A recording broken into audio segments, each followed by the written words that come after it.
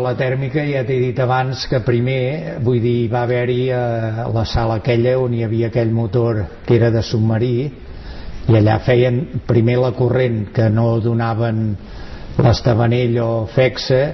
s'ajudaven quan hi havia necessitat amb aquell motor. És un motor, m'ha dit que havien portat? Era un motor d'un submarino, era un Krupp, un motor Krupp. I era, bueno, era com un motor de cotxe, però no sé, 50 vegades més gros, però era un motor igual, amb pistons, amb bieles, amb la tèrmica, que, bueno, que per lo que he vist aquí, a tot,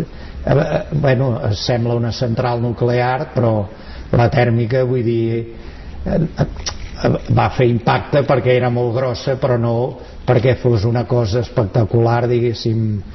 La tèrmica era la tèrmica, feia vapor d'aigua, moltes coses, però no,